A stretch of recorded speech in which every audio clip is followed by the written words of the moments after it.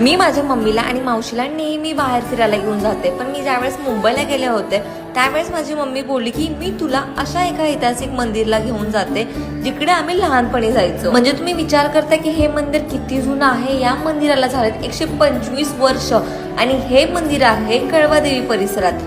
या मंदिराचं नाव आहे नरनारायण मंदिर. तुम्ही विचार करत असाल नर आणि नारायण म्हणजे नेमकं कोण, तर मित्रांनो या मंदिरात विराजमान आहे श्री नारायण म्हणजेच की भगवान विष्णू आणि अर्जुन यांची मूर्ती. तुम्हाला आठवतं का कुरुक्षेत्राच्या युद्धात ज्यावेळेस अर्जुन कोड्यात पडला होता त्यावेळेस श्री नारायणाने त्यांना भगवद्गीतेचे ज्ञान दिले होते. हेच ते ज्ञान आजही आपल्या जीवनातील प्रत्येक संघर्षात मार्गदर्शित करते.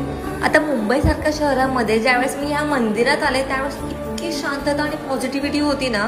तो भगवान की कारावास, भगवान का लास्ट अवतार अभी बाकी है, कल की अवतार.